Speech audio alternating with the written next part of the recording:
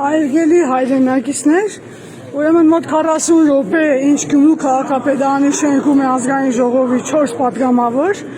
Մայր Հայաստան խմբակցությունից խոստացան ներս թողնել, ներս փաստորեն չթողեցին, բայց թողեցին հակակոռուպցիոնի ինչ-որ բարձրաստիճան պաշտոնյայի, խնդրեմ ֆիքսենք, որ մարդիկ կանգնած սպասում են, առաջնային մանդատ ունեցող մարդիկ, որոնք որ մարդու իրավունքների պաշտպանությամբ են զբաղված, հենց կոչումը դա է առաջինը, օրենքներից գրելուց երևի ամենաառաջինը, այս պահին կանգնած են այստեղ, սպասում են, թե ոստիկանությունը հակակոռուպցիոնը երբ թաբրո կդա իրենց հարազատ թաբրոն, որպեսզի մուտք գործեն Գյումրու քաղաքապետի մոտ։ Խնդրեմ տեսնում ենք։ Պարոն Մանուկյան, ոնց կնահատենք այս լկտիություն ասենք, ցինիզմ ասենք, թողտվություն ասենք։ Դա պատճառաբանում է, որ քրեական գործողություն են, դրա համար չեն կարողանում։ Հա, 2 ժամ է դա են անում, էլի։